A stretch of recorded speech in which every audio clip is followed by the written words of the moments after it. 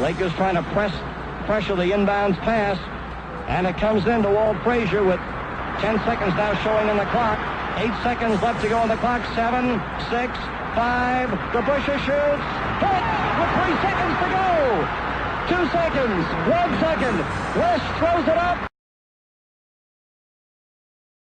First, some exciting news in the political world.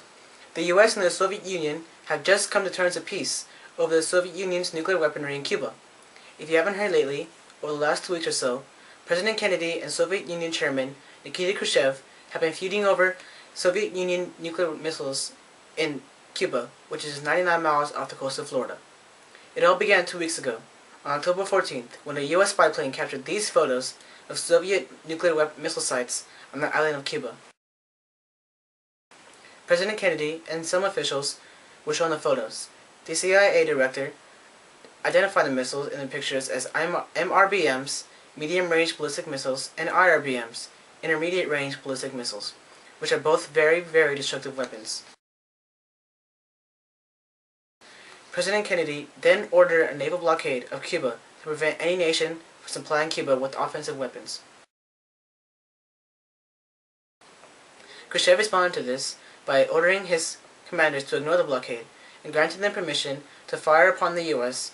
with extreme force if fired on first by the U.S. This was the climax of the crisis, when it seemed that thermonuclear war would erupt at any given time. Both sides were just waiting for the other to make the first move, and President Kennedy and Khrushchev were locked in a heated staring match. That is, until Khrushchev blinked. Just 2 days ago, Khrushchev sent Kennedy a telegram offering peace after realizing the effects of thermonuclear world war. But as Kennedy was deciding on this treaty, Khrushchev sent him yet another letter to him a day later, still offering peace, but at different terms. After meeting with his cabinet, President Kennedy decided to ignore the second treaty and agreed to the first offering of peace, hoping that it was still valid to Khrushchev. It was, and just today, the Soviet Union and the U.S. agreed to peace. This treaty included 1.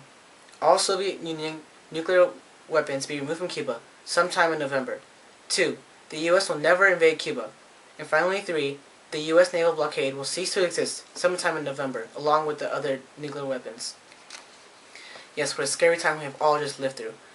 And we should be grateful that this disaster didn't escalate to something that far worse that may have put an end to mankind as we know it. In related news, Fidel Castro's political grip over Cuba has strengthened thanks to the recent crisis. Coming up at the top of the hour, is there a side to the crisis that the government is hiding from us? There are a lot of rumors flying around tonight. Stick around and we'll let you in on all the gossip. Right after a word from our sponsors. But she's far from